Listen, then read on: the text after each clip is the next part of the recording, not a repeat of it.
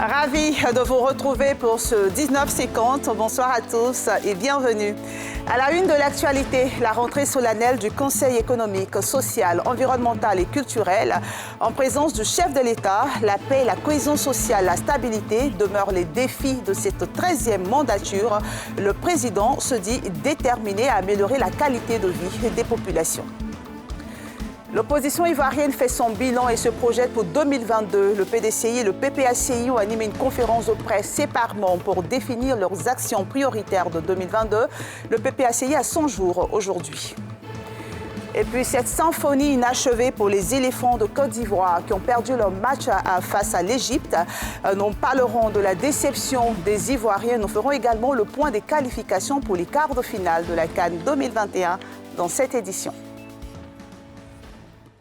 Ce journal s'ouvre au Conseil économique, social, environnemental et culturel qui a fait sa rentrée solennelle ce matin.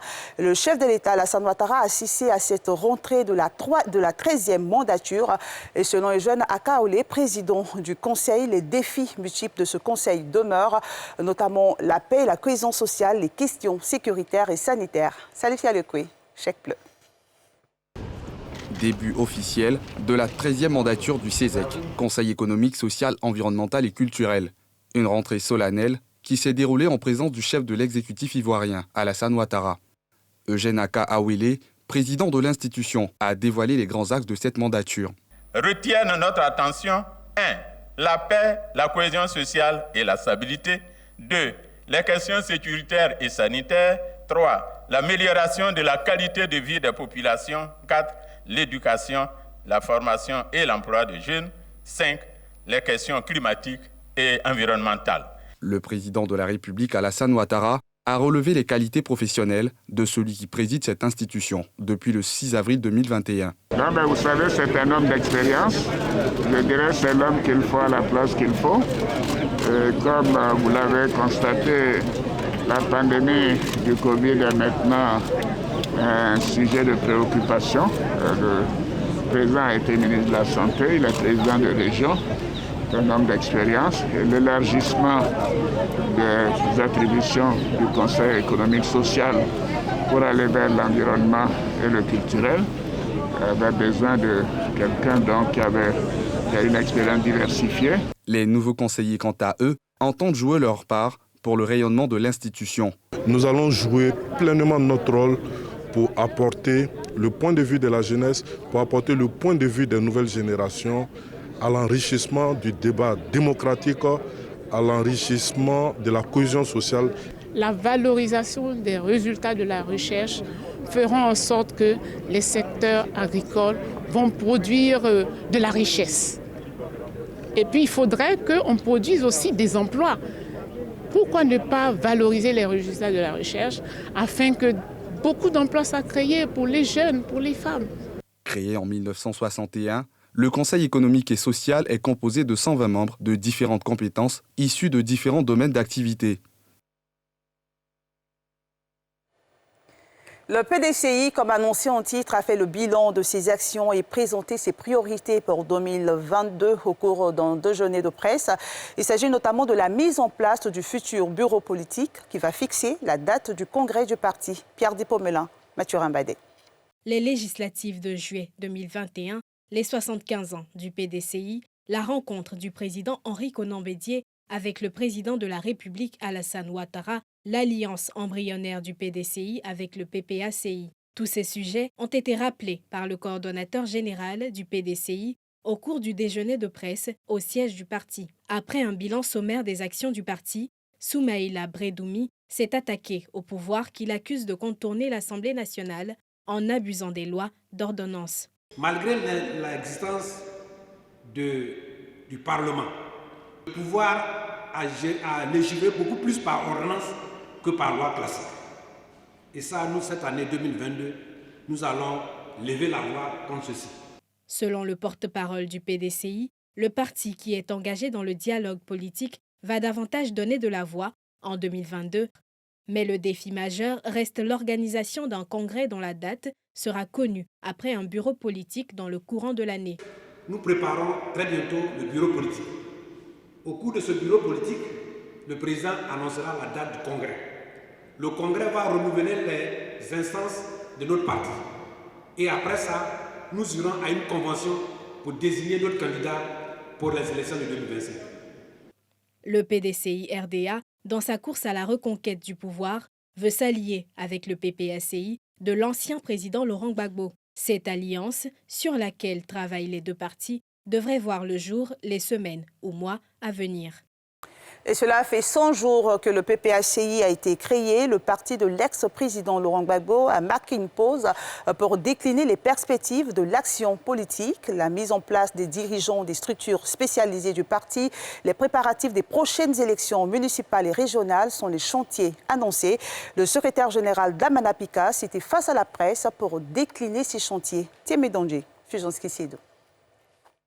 Le PPACI, Parti des peuples africains de Côte d'Ivoire, à 100 jours. Occasion pour la direction, par la voix de son secrétaire général, de marquer un arrêt pour faire un bilan du chemin déjà parcouru, mais aussi pour décliner des perspectives du parti de l'ex-président Laurent Gbagbo. Maintenant, nous en sommes arrivés à l'étape où nous allons mettre en place les structures de base. Entendez par structure de base les fédérations qui, elles, vont mettre en place les sections et les sections vont mettre en place le noyau le plus proche de la base, c'est-à-dire de la population. Je vais parler des comités de base. Mais nous allons aussi en même temps installer à travers des congrès qui, cette fois-ci, seront des congrès constitutifs, la Ligue des jeunes. Nous allons mettre en place la Ligue des femmes. Nous allons mettre en place la cellule des enseignants et ensuite la cellule des agents privés du PPACI. Lors des échanges du jour, Damana Adia Picas a évoqué la question du dialogue politique. Il a réitéré l'engagement de sa formation politique à jouer pleinement sa part citoyenne pour permettre au pays d'aborder les prochaines élections locales dans un climat apaisé. Notons que la rencontre a pris fin par le partage du gâteau des 100 jours du PPACI, dont les 90 000 premiers adhérents vont recevoir leur carte de militant dans les tout prochains jours. Le problème de recasement des ferrailleurs d'Abobo sur le site d'Indotré persiste. Vous vous en souvenez, la semaine dernière, attroupés devant la mairie d'Abobo, ces ferrailleurs avaient demandé du temps et un meilleur accompagnement pour leur réinstallation à la casse d'Indotré. Plus question de revenir sur cette problématique selon les autorités municipales. Face à cette situation, la fêtière apporte des précisions dans ce reportage de Brice Nyanwa et d'Éric Kimo. Yopougon Sable, le président de la Fédération nationale des artisans ferrailleurs de Côte d'Ivoire, s'est d'abord excusé pour le sit-in des ferrailleurs devant la mairie d'Abobo, avant de donner les raisons selon lui, des points d'achoppement entre ferrailleurs et la municipalité d'Abobo. Notre problème, c'est quoi? C'est que nous travaillons avec du fer. Se déplacer d'Abobo à une autre zone n'est pas chose facile. C'est des bagages qui pèsent lourd. Il y a des moteurs, il faut des grues pour soulever. Donc, c'est fort de cela que tous les délais qui ont été donnés pour que les ferrailleurs d'Anador puissent déguerpir, les délais n'ont pas été respectés. Même ceux qui sont aujourd'hui à Anador sont partis d'Adjamé. Mais malheureusement, ils n'étaient pas pris en compte dans le départ des ferrailleurs d'Adjamé qui devaient être délocalisés à Ndotré. Il fait cependant des propositions, notamment une meilleure implication du gouvernement dans la gestion de la casse, ce qui passe par un accompagnement plus concret des artisans ferrailleurs. La ferraille rendue à l'usine, les usiniers devaient nous donner au moins 10 francs au kilo de ferraille rendue à l'usine. Si cette situation avait été faite, respectée, bien ordonnée, aujourd'hui, il n'y aurait pas de problème de site. Nous demandons que l'État nous aide à nous recaser. Ceux qui n'ont pas encore eu de place, qu'on leur permette d'avoir de la place pour pouvoir exercer. La ferraille, une activité troublée depuis le début du projet d'assainissement et de salubrité démarré par la mairie d'Abobo. Le point de discorde, un site de recasement ne pouvant accueillir tous les artisans déguerpis, notamment ceux d'Abobo Anador. Et on se rend dans la région de Lamé pour parler de l'ouverture d'une école primaire grâce aux actions conjointes de Cargill, de la SOCAM et du Comité national de surveillance des actions de lutte contre la traite, l'exploitation et le travail des enfants. Nadia Ija, Aruna Zeba. Marie-Claude Brou est élève de CE2 dans la localité de Yakasseme. Première de sa classe, cette élève prend plaisir à étudier. Elle y voit la clé de la réussite. Je suis contente d'aller à l'école parce que ça va me permettre de comprendre les choses, apprendre à lire et à écrire. Pour Marie-Claude, chaque enfant devrait avoir la chance d'être scolarisé. Un vœu entendu par la société Cargill qui vient d'offrir en partenariat avec la coopérative SOCAN une école primaire à la ville de Yakasseme. L'accès à l'éducation, la qualité de l'enseignement, mais aussi l'autonomisation des femmes, l'égalité des chances pour tous, la pauvreté en milieu rural, sont des thèmes qui sont au centre de nos préoccupations. Cette acquisition, selon les populations, est essentielle pour éviter le travail des enfants dans cette région fortement productrice de cacao. Ça me fait très plaisir parce que l'éducation doit être devant de toutes choses. Le ministère de l'Éducation nationale, bénéficiaire de cette infrastructure, s'est réjoui de cet acte qui s'inscrit dans la vision de la scolarisation pour tous, prônée par le gouvernement. Aujourd'hui, 93% des élèves parcourent moins de 3 km pour rejoindre leur école sur l'ensemble du territoire national. La région de Lamé n'est pas demeurée en reste de ces progrès. En effet, le nombre d'écoles primaires est passé de 252 avec 68 932 élèves à 386 écoles accueillant 96 808 élèves. Engagée dans la lutte contre le travail des enfants et la promotion de leurs droits, la première dame, représentée par sa directrice de cabinet, a salué ses efforts. La première dame, Mme Dominique Ouattara, présidente du CNS, elle reste convaincue que l'école est le moyen le plus efficace de soustraire les enfants au risque du travail des enfants et de leur offrir un avenir plus prometteur. C'est pourquoi elle n'a de cesse de dire que la place des enfants est à l'école et non dans les champs et les plantations de cacao. Au cours de cette année, 6 autres écoles seront inaugurées par l'entreprise et ses partenaires afin de permettre à plus de 2000 enfants d'aller à l'école. Depuis 2014, ce sont plus de 40 écoles construites dans cette même veine. En football, le rêve d'une 3e médaille des Ivoiriens s'est envolé hier. Battu par l'Égypte au tir au but, l'aventure a pris fin pour les pachydermes. La colère, la déception, mais aussi l'espoir des Ivoiriens pour les prochaines compétitions dans ce reportage de Jean-Michel Quadio et des Tanguy Konon. Après la victoire face à l'Algérie, la rencontre avec les Égyptiens était très attendue. Les éléphants de Côte d'Ivoire étaient déterminés à ramener la Coupe d'Afrique au bercail. Malheureusement, les pachydermes sont tombés, les armes à la main, mercredi devant les pharaons d'Égypte. Ils se sont inclinés au tir au but sur un score de 5-4 avec un pénalty manqué par Eric Bailly, défenseur ivoirien. Une défaite qui n'entame pas l'amour des Ivoiriens pour leur équipe nationale. Dessus, pas du tout. Au début, le match était bien engagé. Puis pour finir, on a vu ensemble le résultat. La Côte d'Ivoire a bien joué, à mon avis. Puis j'ai aimé la prestation des Ivoiriens. Ils ont bien joué. Voilà, à mon avis, ils ont très bien joué. Non, ça ne m'a pas fait mal, puisque c'est au tir au but. Non, ça ne m'a pas mal. Si c'était au coup du jeu, là au moins, ça va être bien. Mais c'est au tir au but. C'est sa manière à lui de tirer son pénalty. On ne peut pas accuser Eric Bailly. Eric Bailly a bien joué. Il a fait son match. C'est pénalty, c'est une chance. C'est vrai, on a perdu, il faut accepter. Toute chose, il y a toujours, dans ce cas, il y a toujours un gagnant.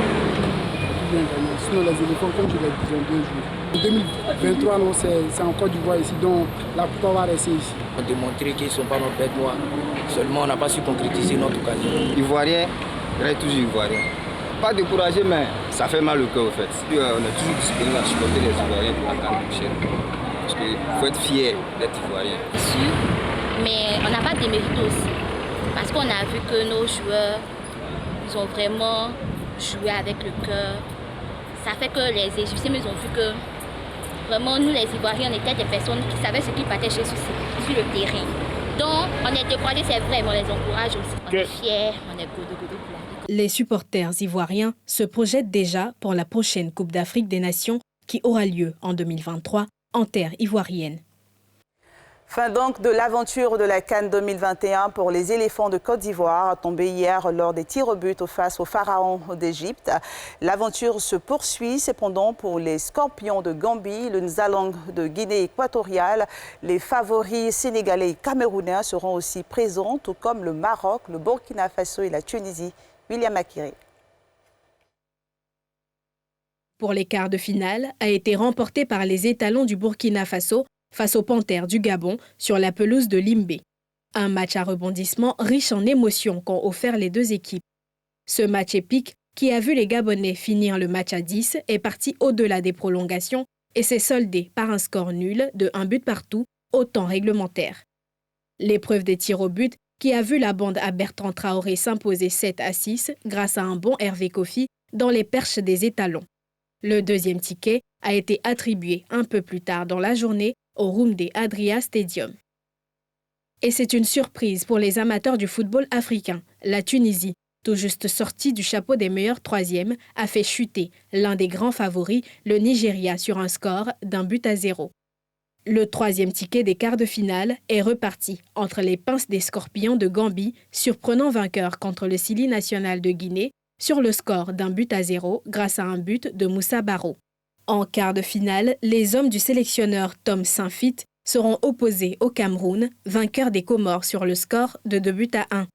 Le Sénégal a complété la liste des quarts de finalistes en sortant le Cap-Vert par 2-0. L'un des faits majeurs de ce match, un télescopage entre Sadio Mané et Vorzina, le gardien capverdien. Un choc qui n'empêchera pas le joueur de Liverpool d'ouvrir le score pour les Lions de la Teranga. Le but du break pour les Sénégalais sera l'œuvre de Bamba Dieng en toute fin de match. Après la victoire face à l'Algérie, la rencontre avec les Égyptiens était très attendue. Les éléphants de Côte d'Ivoire étaient déterminés à ramener la Coupe d'Afrique au bercail.